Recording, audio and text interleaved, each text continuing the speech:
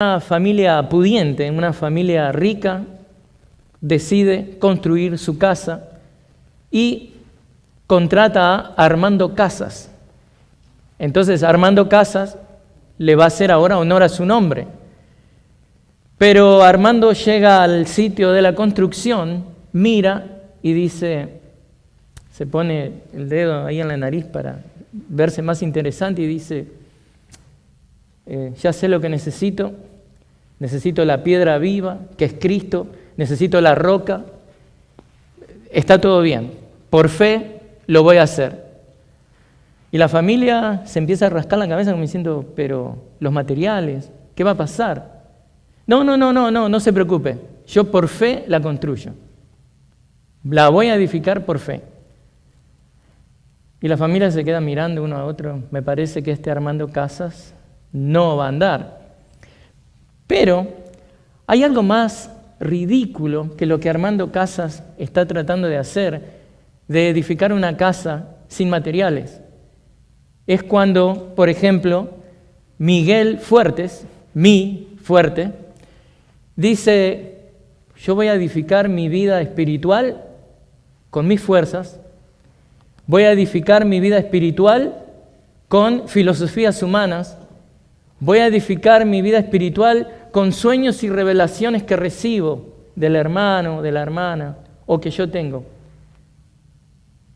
Las dos situaciones son, delante de la lógica que Dios nos ha dado, ridículas.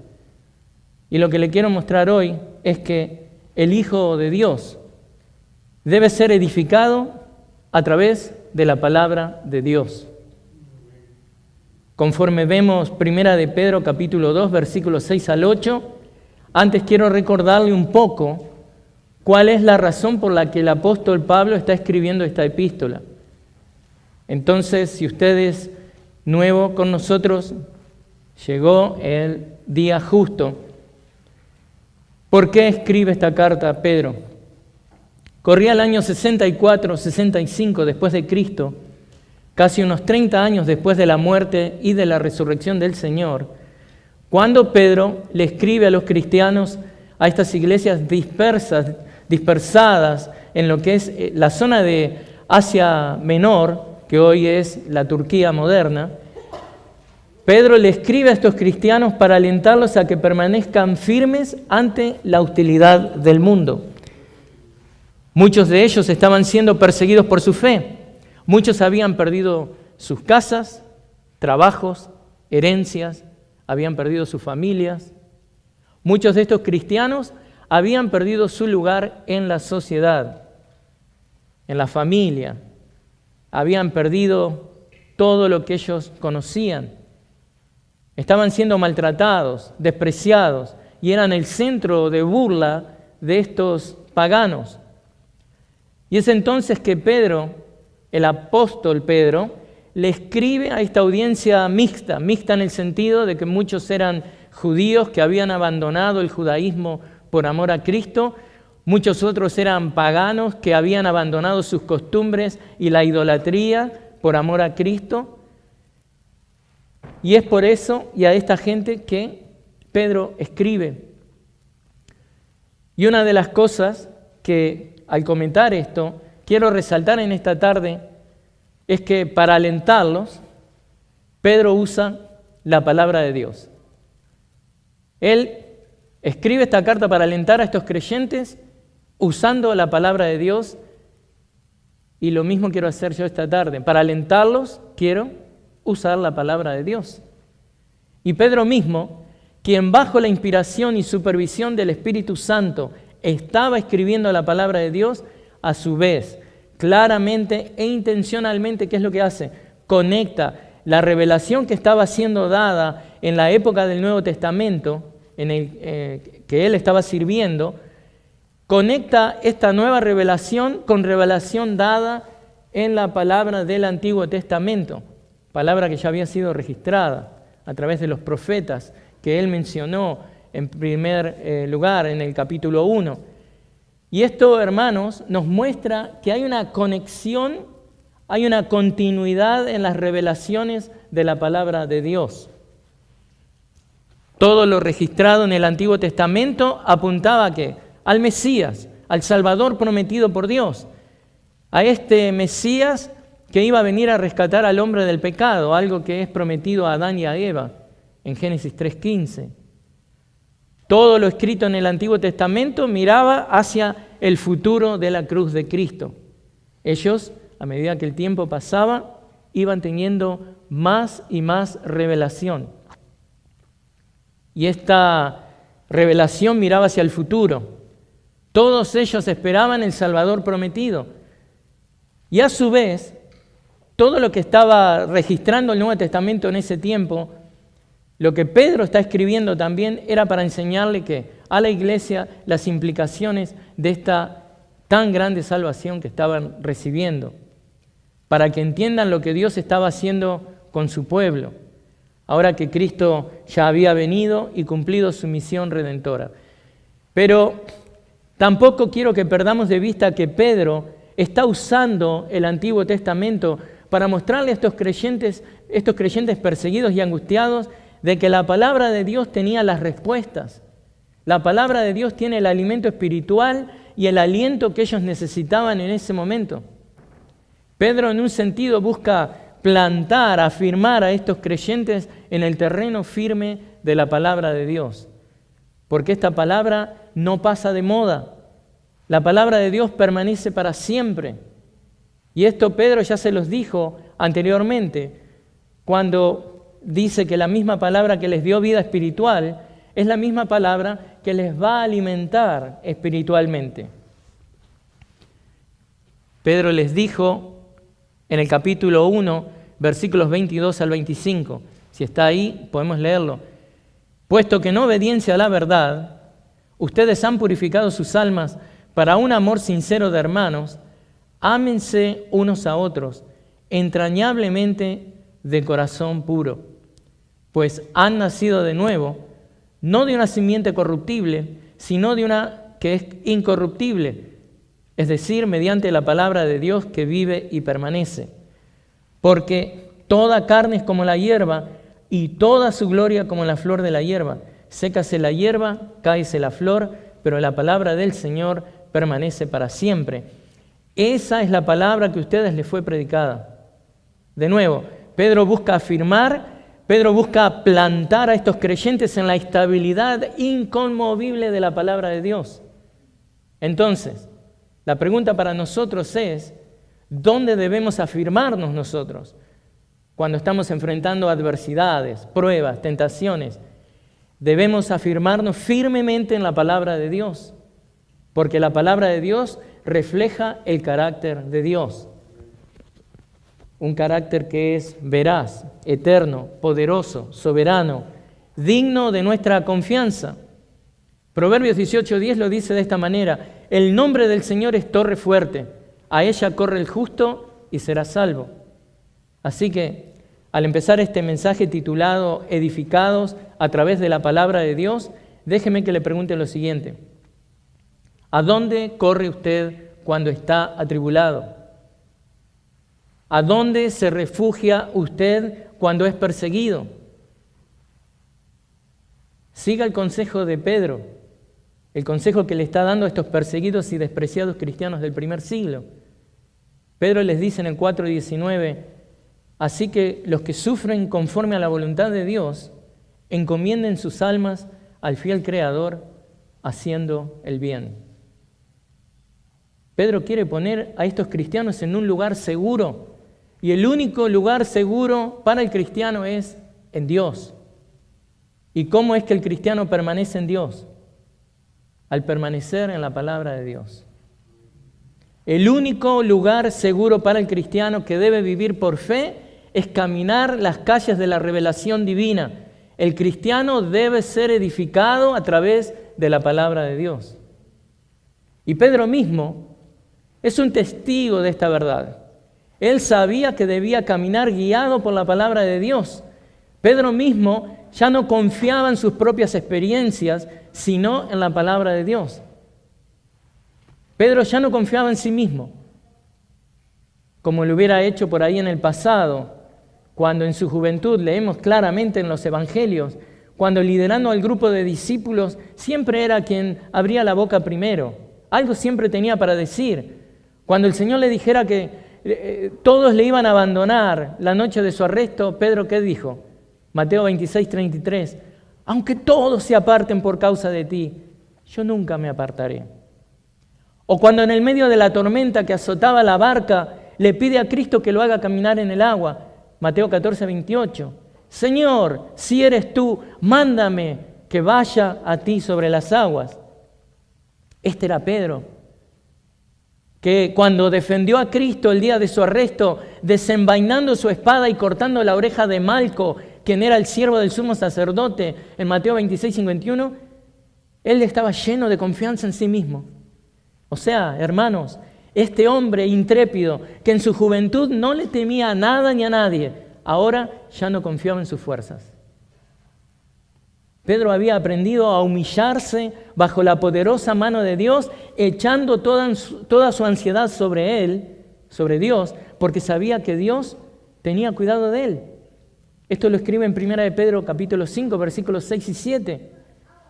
¿Y por qué Pedro sabía eso? Porque confiaba en Dios. Él se alimentaba de la palabra de Dios.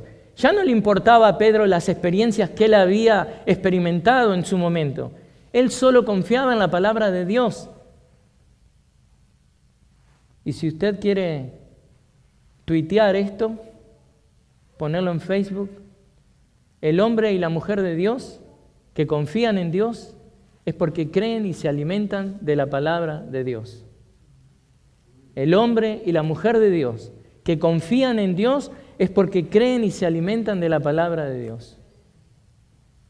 Y estos cristianos que están recibiendo esta carta en el primer siglo, que estaban esparcidos, desalentados, con lo único que verdaderamente podían ser alentados es con lo que alguien puede ser alentado verdaderamente. Esto es la palabra de Dios. Es la misma palabra de Dios que cuando nosotros sufrimos nos alienta a orar. ¿Por qué? Porque Dios nos escucha. Santiago 5:13 nos alienta a eso. Dice, ¿sufre a alguien entre ustedes? Que haga oración. Pero hermanos, Pedro le da mucha importancia a la palabra de Dios. Algo que claramente vemos cuando escribe en su segunda epístola.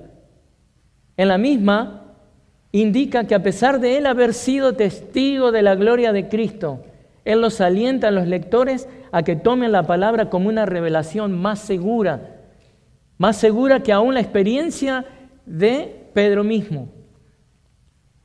Y no me malinterprete, no es que las experiencias de primera mano que tuvieron los apóstoles, los discípulos de Cristo, no hayan sido importantes, todo lo contrario, porque Juan mismo nos dice, ¿cuán importante es esto?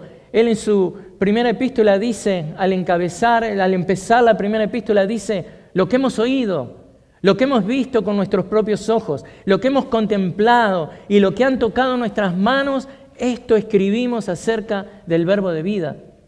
Pero para eso eran testigos, para eso tuvieron las experiencias que tuvieron, para escribir la palabra de Dios. Esas experiencias han cesado porque ya la palabra de Dios se escribió. ¿Y sabe qué es lo importante aquí? Que la importancia de la experiencia de los apóstoles era justamente para refrendar la autoridad de su propia experiencia personal como testigo ocular de la vida de Jesús. Los apóstoles debían ser testigos oculares de todas estas cosas concernientes a Cristo, porque ellos iban a escribir acerca de Cristo. Y esto es lo que Pedro nos dice en su segunda epístola.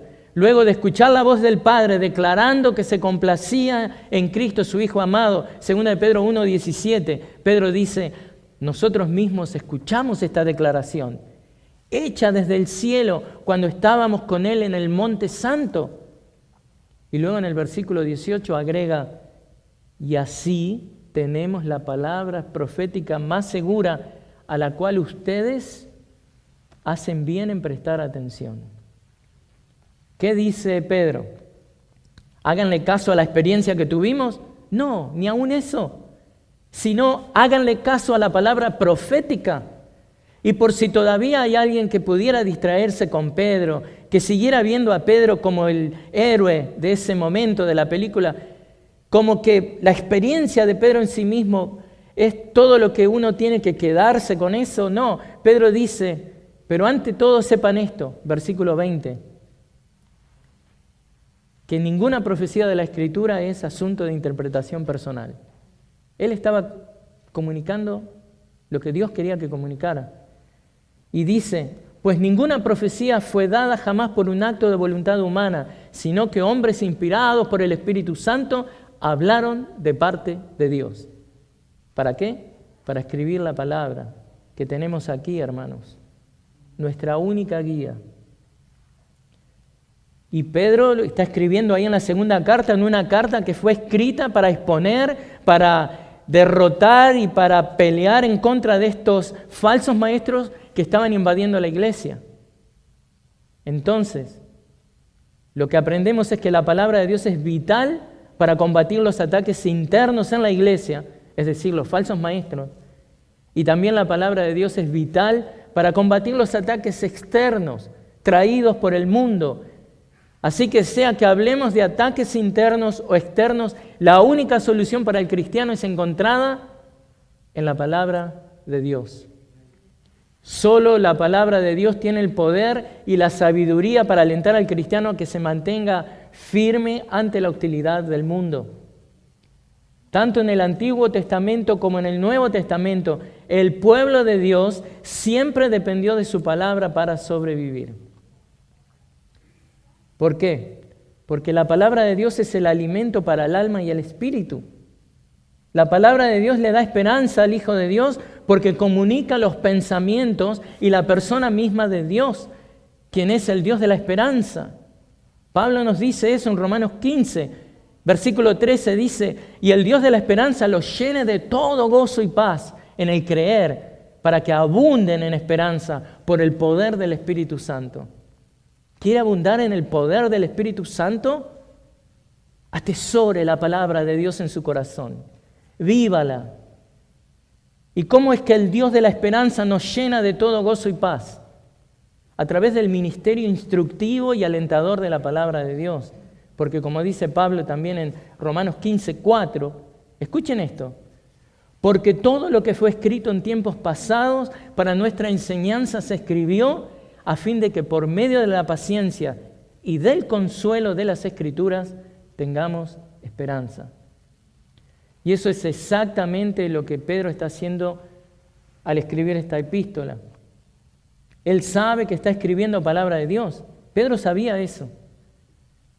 Pero él está con la palabra de Dios alentando a estos creyentes que están sufriendo. Pero a su vez, fíjense en lo que hace. Usa la palabra de Dios que ya estaba escrita y disponible en ese tiempo. O sea, Pedro usa el Antiguo Testamento para ministrarle a estos creyentes que necesitan consuelo a través de las Escrituras. De nuevo, hermanos, el hombre y la mujer de Dios que confían en Dios es porque creen y se alimentan de la palabra de Dios. Y es entonces que luego de haberles exhortado con que son piedras vivas, edificadas sobre la piedra viva, ahora escriben el 2, 6 al 8, para mostrarle que esto es lo que está escrito en las Escrituras. Pedro escribe, si lee conmigo ahí, capítulo 2, versículos 6 al 8 de Primera de Pedro. Pues esto se encuentra en la Escritura. Yo pongo en Sión una piedra escogida, una piedra preciosa, angular, y el que crea en él no será avergonzado. Este precioso valor es, pues, para ustedes los que creen. Pero para los que no creen, la piedra que desecharon los constructores, esa en piedra angular se ha convertido. Y piedra de tropiezo y roca de escándalo. Pues ellos tropiezan porque son desobedientes a la palabra, y para ello estaban también destinados. Y para que usted vea que Pedro era un hombre de la palabra de Dios, que es lo que estoy mostrándole en estos momentos, y para que usted vea que Pedro usaba la palabra de Dios para alentar y enseñar a los creyentes, edificándonos a través de la misma, es que el mensaje de hoy es titulado Edificados a través de la palabra de Dios. Y veremos 3 puntos en lo que queda de este sermón. Los 3 puntos son muy fáciles. Es uno por cada versículo. Versículo 6, punto 1, Pedro usa Isaías 28:16. Punto 2, Pedro usa Salmos 118:22. Eso lo vemos en el versículo 7. Y en el versículo 8 vemos que Pedro usa Isaías 8:14. Pedro, un hombre de la palabra, usando la palabra de Dios para alentar al pueblo de Dios. Hoy veremos 3 usos que Pedro hace de la Escritura para que usted sea edificado a través de la palabra de Dios y aprenda a hacer lo mismo en su vida, usar la palabra de Dios para edificarse. Entonces vamos al punto 1. Pedro usa Isaías 28:16. ¿Y qué es lo primero que vemos ahí? Pedro escribe, pues esto se encuentra en las Escrituras. Como veíamos anteriormente, Pedro es un hombre de la palabra. Y en esta ocasión es la tercera vez que Pedro introduce una cita del Antiguo Testamento. Ya lo había hecho anteriormente.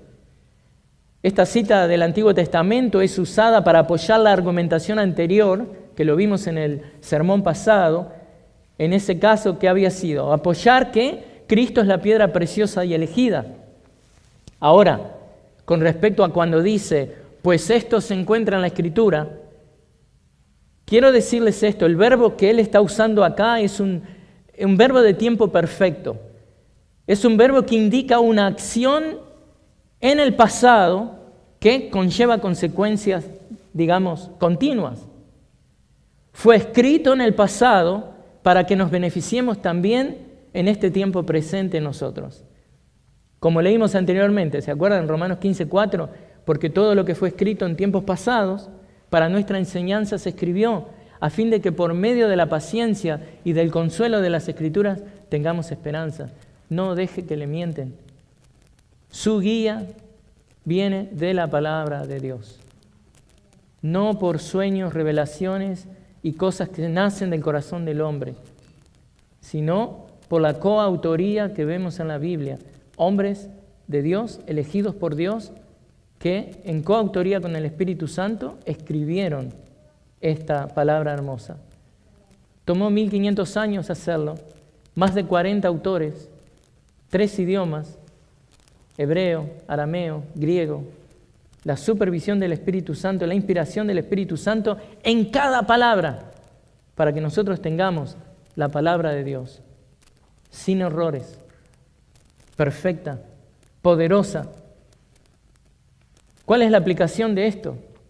Hermanos, no necesitamos nuevas revelaciones hoy para vivir una vida que agrada a Dios. Pedro mismo nos dice en 2 de Pedro 1:3, pues su divino poder nos ha concedido todo cuanto concierne a la vida y a la piedad mediante el verdadero conocimiento de aquel que nos llamó por su gloria y excelencia. A los cristianos se nos ha dado toda la revelación que necesitamos para vivir una vida piadosa. Y en el pasaje que estamos viendo hoy, Pedro lo muestra. Él está combinando 3 citas del Antiguo Testamento: Isaías 28:16, Salmos 128:22, Isaías 8:14, para ejemplificar delante de estos cristianos y de nosotros mismos de que todas las respuestas a sus circunstancias, a nuestras circunstancias, se encuentran en las promesas de Dios reveladas en la palabra de Dios. En este caso, las palabras del Antiguo Testamento y también las nuevas revelaciones que Pedro mismo estaba escribiendo en ese momento. Pedro aquí en el versículo 6, si mira ahí, 1 de Pedro 2:6, Pedro está citando Isaías 28:16. Dice así, Isaías 28:16, por tanto, así dice el Señor, yo pongo por fundamento en Sión una piedra probada, angular, preciosa, fundamental, bien colocada. El que crea en ella no será perturbado. El que crea en ella no será perturbado. Esta es una fuerte negación que asevera una verdad. Y la pregunta es lógica. ¿Qué hay en este pasaje de Isaías que sea aplicable a los creyentes, a los que Pedro le está escribiendo y a nosotros? Bueno, la razón por la que Pedro lleva a los lectores a Isaías 28:16 es que de la misma manera que estos creyentes del primer siglo, estos estaban enfrentando un ambiente de rechazo creciente. aquellos que estaban familiarizados con el pasaje de Isaías, sabrían que debido al rompimiento del pacto con Dios por la desobediencia de Israel, el profeta Isaías les está ahora revelando al pueblo de Dios que Dios está rechazando a los líderes de Israel, tanto a los seculares como a los religiosos. Y no solo eso, debido al rechazo del liderazgo, Dios está revelando un nuevo plan de acción. Dios pide que prestemos atención. ¿Cómo sabemos? Porque en Isaías nos dice, por tanto, el famoso en inglés, behold, por tanto. Y luego, en tiempo presente, para que no haya duda de que lo va a hacer, dice que lo hará en el futuro, pero expresándolo en tiempo presente. ¿Ven cómo la gramática ayuda a entender el pasaje? Y esto es clave, y esto es beneficioso para los lectores de la epístola pedrina, porque el evento que Isaías veía que iba a ser hecho en el futuro, ahora está tomando lugar en el presente de estos lectores. O sea, Cristo ya ha sido establecido como la piedra angular. Y algo más que debemos tomar en cuenta respecto al uso que Pedro hace de Isaías 28:16, es que Dios dice en Sión. Esto va a tomar lugar en Sión. La piedra angular es establecida en Sión. Y esto refuerza la analogía que Pedro estaba usando acerca del templo. Porque Sión representa también y es donde está Jerusalén, y Jerusalén es donde está el templo. ¿Y qué buscaba el autor con esto? ¿Qué es lo que Pedro está haciendo con esto? ¿Qué es lo que Isaías está haciendo con esto? La idea era recordarle a los lectores acerca del Monte Santo, donde se encontraba el templo. Y el hecho de que Pedro llame al esperado este rey mesiánico, la piedra angular, nos está comunicando algo bien clave. Les comunica claramente a los creyentes que este rey será la fundación y fundamento del nuevo templo.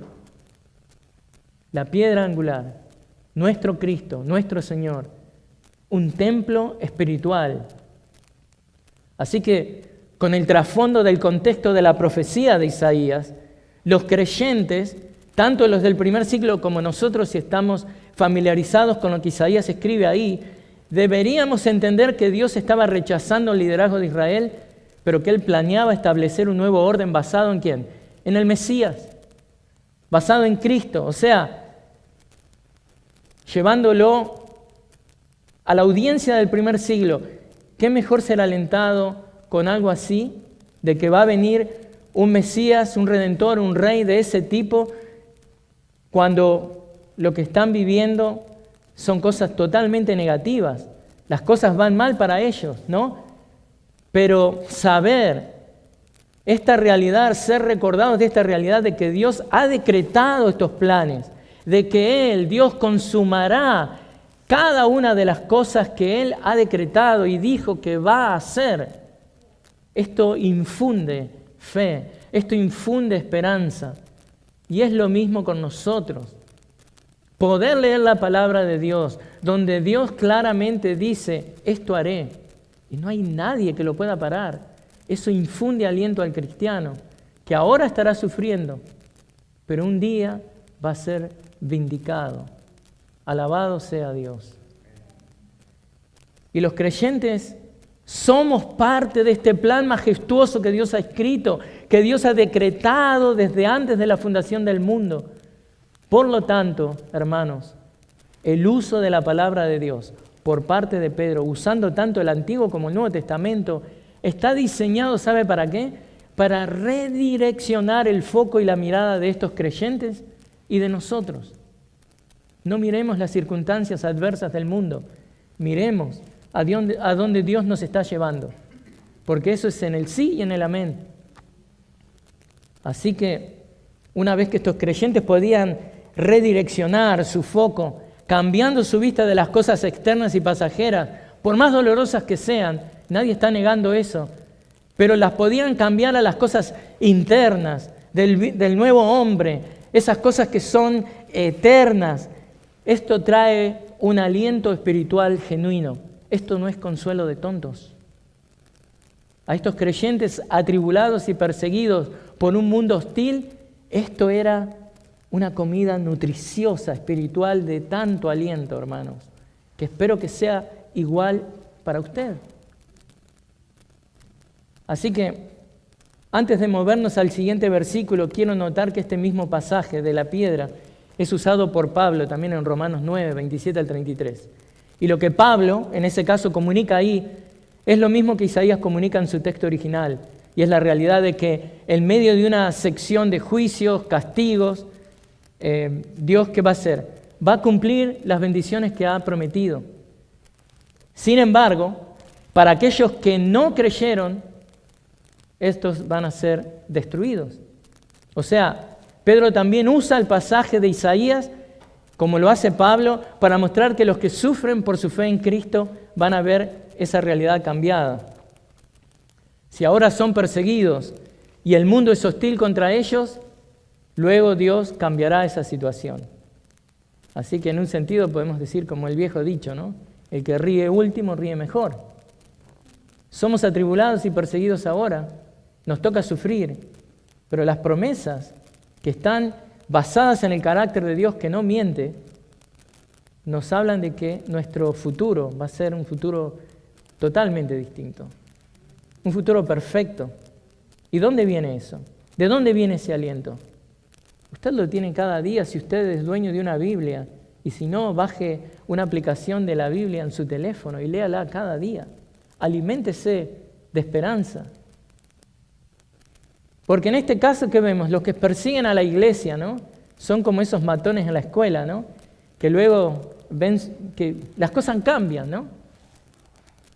En este caso, los matones que persiguen a la iglesia, al final de los tiempos les va a tocar pagar las consecuencias de su desobediencia. Algo que voy a hablar más el domingo que viene, si Dios quiere. Específicamente, voy a estar tratando esa parte final del versículo 8 que dice, pues ellos tropiezan porque son desobedientes a la palabra y para ello estaban también destinados. Así que le invito a que nos acompañe también el domingo que viene. Pero Pedro no se queda en darles la palabra, también los alienta a que la entiendan y a que respondan a ella en obediencia. Porque en el versículo 7, estamos en 1 de Pedro, capítulo 2, versículo 7 ahora, Pedro transiciona desde la cita de Isaías 28, 16, a lo que es la aplicación correspondiente en la vida de sus lectores. O sea, tienen que responder en obediencia. Y acá es que cita Salmo 118, 22. Así que estamos viendo tres usos que Pedro hace de la Escritura para que usted aprenda a hacer lo mismo en su vida. ¿Qué? ¿Qué tiene que hacer? Usar la palabra de Dios para edificarse. Así que veamos el punto número 2. Pedro usa Salmos 118, 22. El versículo 7 dice, este precioso valor es, pues, para ustedes los que creen. Pero para los que no creen, la piedra que desecharon los constructores, esa en piedra angular se ha convertido. La primera parte de este versículo se concentra en los creyentes y la segunda parte en los inconversos. Pedro hace otro contraste, esta vez entre la fe y la desobediencia. Si usted tiene fe, fe verdadera, usted va a ser obediente. Y si usted es desobediente, no importa lo que diga que tiene fe, usted no tiene la fe verdadera salvífica. ¿Por qué? Porque es dada solamente a los hijos de Dios. El Hijo de Dios nace del Espíritu Santo de Dios. El Espíritu Santo no salva ni habita en aquellos que quieren vivir una vida de pecado. El Espíritu Santo está ahí batallando contra el pecado en la vida del creyente. Así que Pedro hace este contraste, fe y desobediencia. Y obviamente estos dos conceptos están intrínsecamente ligados a la persona de Cristo, porque tenemos fe en Él y somos obedientes a Él. ¿Y quién es Cristo? Que Pedro nos está enseñando. Él es la piedra angular. En Él se basa todo. Así que, en contraste con los creyentes, los desobedientes experimentan un giro sorprendente. Y esto es que la piedra que ellos rechazaron ha sido hecha la piedra angular. ¿Y qué va a pasar con estos desobedientes? Se van a tropezar y van a caer debido a esta piedra. Si usted está rechazando a Cristo, si ha escuchado a Cristo un montón de veces, y muy brevemente les cuento, a mí me pasó en el 2004, cuando el Señor me habló como un hombre inconverso que era. Tuve pensamiento de suicidio, me habló el Señor, me trajo a mi mente Mateo 11, 28 y 29. Vengan a mí todos los que están trabajados y cargados, yo a descansar. Y me encantó esa parte. Pero luego me pasé más de 3 años peleando contra el Señor porque no quería el señorío de Cristo en mi vida. Hasta que una mañana, septiembre del 2007, me desperté llorando, completamente transformado. Es la palabra de Dios, hermanos. La palabra de Dios lo hace. Pero la palabra de Dios cambia a las personas. Y yo pasé de rechazar a este Cristo que me quería salvar a abrazarlo. Y con todos los errores, con todo el crecimiento que todavía me falta, acá estoy, por su gracia, amándole y sirviéndole. Así que pareciera como si Dios puso esa piedra selecta en el rincón para construir sobre él, pero a su vez es como que esa piedra está en el camino de aquellos quienes van a manifestar su rechazo y van a caer, van a tropezar. En la historia, conforme el tiempo pasa, por ejemplo, lo que nosotros apreciamos es que aquellos que obedecieron están ¿qué? Unidos a Cristo, mientras que los que desobedieron se tropezaron con Él. Estas dos realidades ocurren como parte de lo que es el consejo divino. Voy a hablar más el domingo que viene. Lo que Dios sabe, lo que Dios ha decretado. Y recordemos, hermanos, entonces que creer en Cristo es un mandato. Cuando llegamos a esta parte, pero ¿por qué, pastor, habla de que fe y obediencia? Falta de fe, desobediencia. Porque creer en Cristo es un mandato. A veces informamos mal a aquellos que le estamos presentando el Evangelio de que es una invitación. Oh, ven a Cristo. Tu vida va a ser perfecta, color de rosas, vas a volar, ¿no? Y todo te va a ir bien. Tu cuenta bancaria va a crecer. No, esto es acerca de el pecado del hombre que ofende a un Dios santo. Y esto es responder al Evangelio que llama al hombre pecador y le ordena al hombre pecador que deje su pecado, que abrace a Cristo, quien pagó por ese pecado. Cristo no vino inútil y vanamente a la cruz del Calvario. Entonces, ¿qué es lo que está pasando acá? Que esto es un mandato. Por tanto, quien no cree en Cristo está desobedeciendo a Dios. Por eso lo digo así. El que tiene fe obedece. El que no cree desobedece. Y rechazar a Cristo, hermanos, no sé si lo ha escuchado, un día vamos a hablar más de esto. Ese es el único pecado imperdonable. La blasfemia contra el Espíritu es no creer en Cristo. Rechazar a Cristo. No importa el pecado que usted ha cometido. Si usted está acá sin Cristo en esta tarde, puede arrepentirse de ese pecado y venir a los pies de un misericordioso Salvador. No hay pecado imperdonable. El único pecado imperdonable es rechazar a Cristo. Y acá en el versículo 7 Pedro cita el Salmo 118, 22 que dice: la piedra que desecharon los edificadores ha venido a ser piedra principal del ángulo. Desde el Salmo 118, 22, ahora Pedro argumenta que Cristo se ha convertido en algo más que una piedra rechazada, sino que se ha convertido en piedra angular. Es lo más importante de la casa. Jesús se ha convertido en una fuente de juicio, no de salvación también. Y convengamos que esto fue una triste realidad, tanto para judíos como para gentiles. ¿Por qué? Cristo no es el Salvador, el Mesías que los judíos esperaban, ¿no? Él vino a salvar a los suyos, pero a los que no creyeron en Él, Él se convirtió en esta piedra de escándalo. Cayeron. Estos judíos no creían que Él era el Salvador, el Mesías. No era lo que esperaban.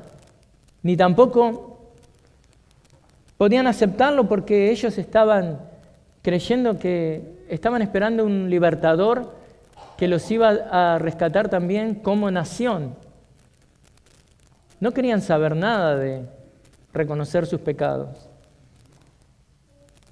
Pero también este Cristo es la piedra de escándalo, la piedra de tropiezo de los griegos, que no podían aceptar un Dios así, un Dios que muere por el pecado de los demás y luego resucita. Así que Pedro claramente está comunicando esto a esta audiencia mixta que necesita saber que la persona de Cristo es ofensiva para el mundo, y dado que el mundo lo rechaza a Él, nosotros debemos ¿qué? Le dice a estos creyentes, prepárense también para ser rechazados por el mundo. ¿Y cómo es que se rechaza a Cristo? Bueno, al rechazar la proclamación del Evangelio de Cristo. Porque esta proclamación del Evangelio de Cristo es la que habla de Él, habla de su persona, pero habla también de su obra perfecta, de su obra redentora. La desobediencia a la palabra es desobediencia a Cristo. Los que creen la palabra obedecen, los que no creen desobedecen. Y bueno, convengamos algo, mientras vemos el versículo 7, que tanto para judíos como para gentiles, tristemente ellos tropezaron con esta piedra, con Cristo. Y hoy en día, permítame hacer una comparación, una gran diferencia. No estoy diciendo que este pasaje enseña lo que voy a decir. Voy a usar una ilustración para que usted pueda entender mejor lo que el pasaje está diciendo. En un sentido, nosotros podemos usar la ilustración que el judío es aquel hombre religioso que está lleno de religión, pero no tiene a Cristo. Eso le pasó a los judíos, ¿no? Entonces, se convierte en una piedra de tropiezo. El hombre religioso, tal como el judío, vive en un sistema religioso que dice buscar a Cristo, pero tropieza en Él. Es acerca de cosas externas, es acerca del legalismo, es acerca de tratar de ganar el favor de Dios. El único que ganó el favor de Dios para nosotros fue Jesucristo. Él vivió una vida perfecta. Esa justicia de Cristo, al vivir esa vida perfecta, es imputada a nosotros, es dada a nosotros. Nosotros no podemos hacerlo por nosotros mismos. Eso no quiere decir que no tengamos que ser obedientes. Pero el hombre religioso se topa con eso. Dice confiar en Cristo para salvación, pero no camina el camino de la salvación por fe. Este camino que fue trazado por Cristo. Entonces, ¿qué hace? Ellos quieren caminar hacia el templo confiando en la justicia de sus obras. O algunos quieren complementar la salvación que Cristo ha alcanzado para el pecador. Por ejemplo, en el catolicismo. Sí, creemos que Dios salva por fe, pero más mis obras. Y cada vez que usted agrega algo a Cristo, usted ya no tiene salvación por fe. Pablo claramente lo dice en Efesios 2:8. No es por obra, para que nadie se gloríe. Pero también hay personas en las iglesias que dicen, bueno, Cristo empezó la salvación para mí, pero ahora yo la tengo que mantener. Y le voy a dar malas noticias. De la misma manera que usted no se pudo salvar el primer día, usted ninguno de los días que sigue hasta que Dios le glorifique va a poder mantener su salvación. Quien mantiene su salvación es Cristo. Pero bueno, hay mucho más para hablar en eso. Y es aquí que mucha gente tropieza con Cristo, aún en las iglesias, porque Él es la piedra angular y Él se convierte en piedra de tropiezo y escándalo. Y recuerden, hermanos, que estamos viendo 3 usos que Pedro hace de la Escritura. ¿Para qué? Para que usted aprenda a hacer lo mismo. Haga lo mismo en la vida. ¿Cómo? Usar la palabra de Dios para edificarse. Entonces vamos a ver el punto 3. Nuestro punto final es, Pedro usa Isaías 8:14. Leamos el pasaje que Pedro usa aquí. Voy a leer Isaías 8:14. Dice así: entonces, Él vendrá a ser santuario, pero piedra de tropiezo y roca de escándalo para ambas casas de Israel, y lazo y trampa para los habitantes de Jerusalén. Eso es Isaías 8:14. Nosotros estamos viendo Primera de Pedro, capítulo 2, versículo 8. ¿Cuáles son esas 2 casas de Israel? Bueno, llegó un momento que el reino de Israel fue dividido en 2 reinos, el reino del norte con 10 tribus, Israel, y luego en el sur, Judá. Y está hablando incluyendo a los 2 ahí. Entonces, ¿qué nos dice acá? Pero esto es hermoso lo que dice Pedro también al usar este pasaje. Porque dice que Cristo va a venir vendrá a ser su santuario. Ay, hermano, preste atención a esto. Esta palabra está cargada de esperanza. Por eso la usa para alentar a estos hermanos del primer siglo que están atribulados. Y esta palabra es para usted también. Aquí en Milford, Delaware, en el siglo XXI, palabra cargada de esperanza. Cristo vendrá a ser su santuario. Dice, para el cristiano del primer siglo, perseguido, angustiado, y por supuesto para nosotros. ¿Por qué? En Cristo, pobres pecadores como nosotros, hallamos refugio y protección. ¿Es esa la experiencia que usted ha tenido? Por la gracia de Dios ha sido la mía. Y en la mente judía que está leyendo esto, este concepto era un concepto conocido, el del santuario, porque eran lugares donde el criminal, que no se atrevía a comparecer ante los tribunales, porque sabían que lo iban a juzgar, iba a ser culpable y lo iban a justiciar, iba a perder su vida. Entonces, ¿qué hacía? Encontraba refugio en esos lugares.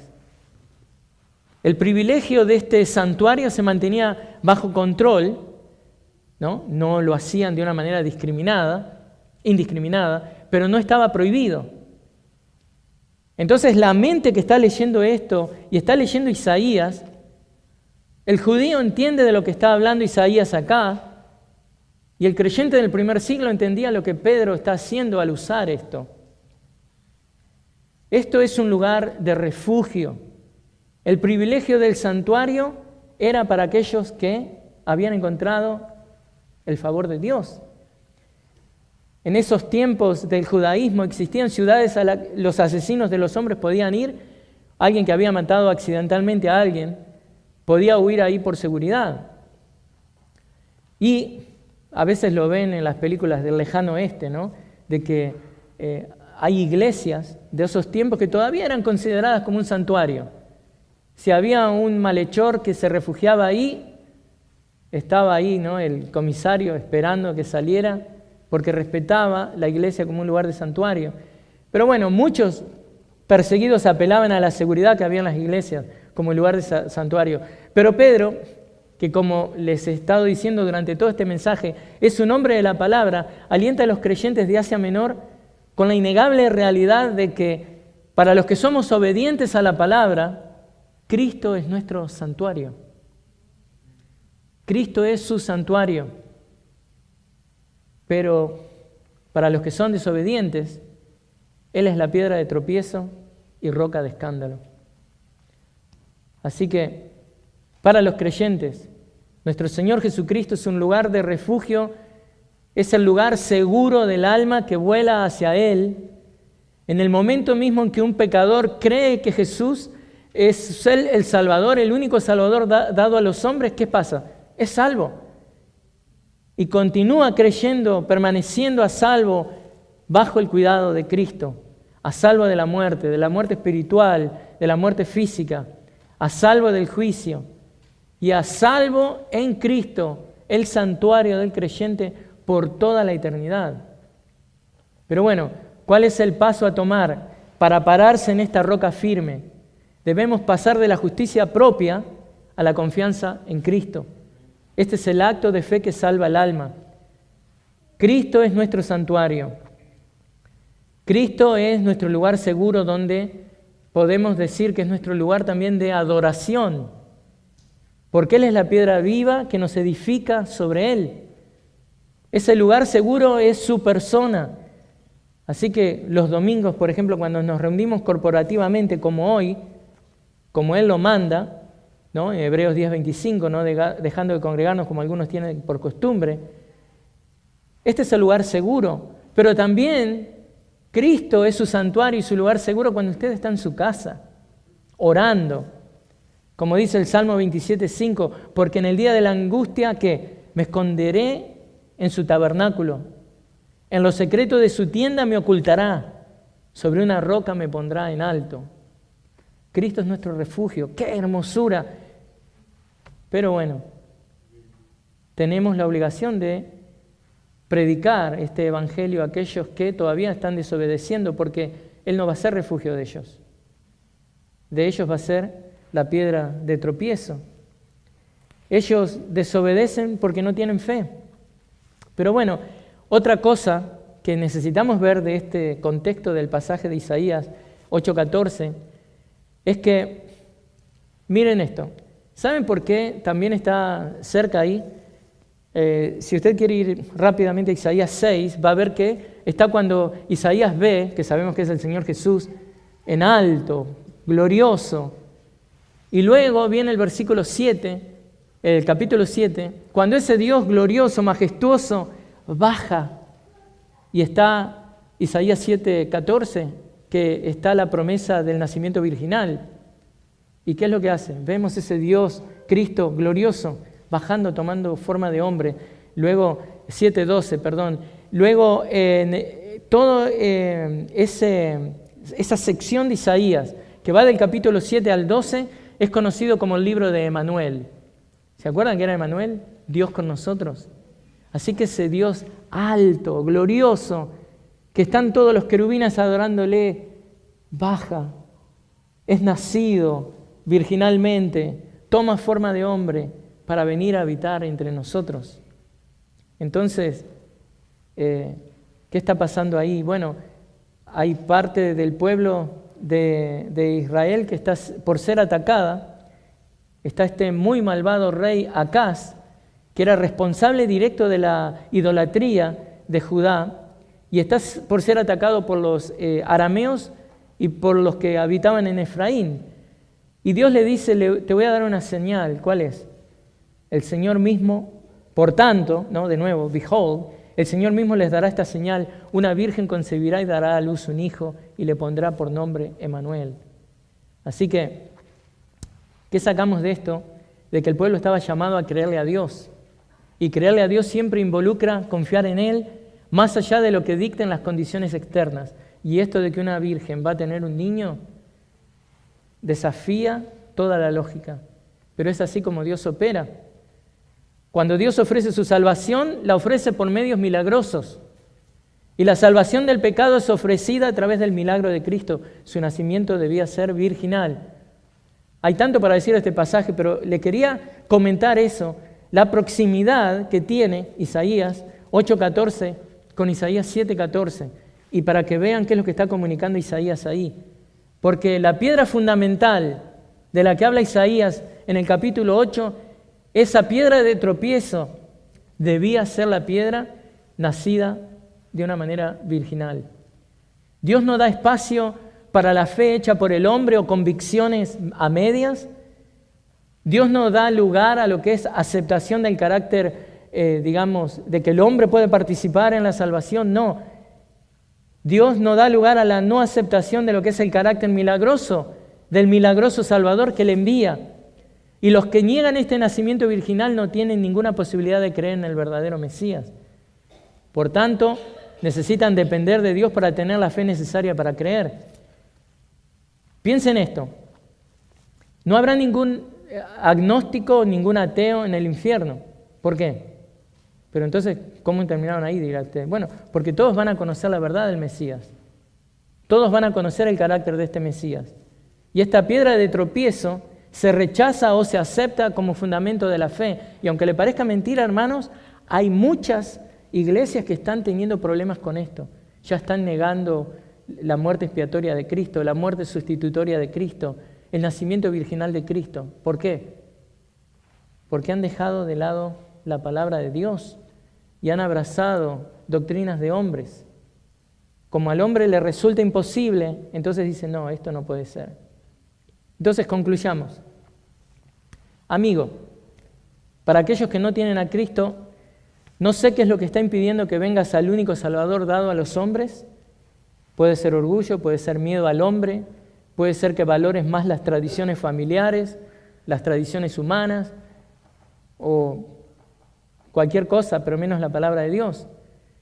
Pero Dios te está llamando hoy. ¿Para qué? Para que seas salvo, para que vengas y pongas tu vida sobre la piedra viva y seas edificado a través de la palabra de Dios en esa piedra viva. Así que, ¿qué es lo que debes hacer? Arrepentirte de tus pecados, pecados que han ofendido a un Dios santo y justo, y poner tu fe en Cristo, quien fue a la cruz a pagar por tu pecado para que Dios no te castigue a ti. si es que confías en Cristo. Cuando por fe aceptas la obra redentora que Cristo hizo a tu favor, entonces la justicia de Cristo es dada a ti. Ahora, amigo, ven a Cristo, hoy. Y para los hermanos y las hermanas aquí presentes, ¿qué quiero decirle al compartir este mensaje edificados a través de la palabra de Dios? Que los cristianos debemos ser hombres y mujeres de la palabra. Debemos tomar seriamente nuestro llamado a ser como Cristo. Y la única manera de hacerlo es usando el medio que Dios nos ha dado para transformarnos y cambiar a la imagen de Cristo. ¿Y qué es eso que nos ha dado? La palabra de Dios. Debemos venir a Cristo como a una piedra viva para ser edificados como casa espiritual para un sacerdocio santo. Por lo tanto, debemos desear como niños recién nacidos la leche pura de la palabra. ¿Por qué? Porque como vimos anteriormente, hemos probado la bondad del Señor. Y como espero haberles demostrado hoy, hermanos, Pedro era un hombre de la palabra. Y eso también tiene que ser una realidad de nosotros. Esto nos ayudará a ser obedientes a la palabra. ¿Para qué? Para glorificar a Dios con nuestras vidas. Hemos sido salvos para vivir para su gloria y para vivir vidas santas para su gloria. Así que permita que Dios, a través del Espíritu Santo, edifique su vida a través de la palabra de Dios. Oremos. Señor, gracias por la palabra que ha sido dada, que sale de tu palabra, principios bíblicos. Vemos a Pedro claramente usando la palabra escrita por los profetas del Antiguo Testamento para hablar y alentar a estos creyentes del primer siglo, pero también él sabiendo que él estaba escribiendo tu palabra, nueva revelación para el Nuevo Testamento, revelación que ha cesado. Gracias por esa revelación. Gracias por tu palabra que encontramos en el Antiguo y Nuevo Testamento. Es todo lo que necesitamos, como Pedro nos dice, es todo lo que necesitamos y se nos ha sido dada para vivir una vida piadosa, santa, para tu gloria. Gracias, Padre del cielo. Amén.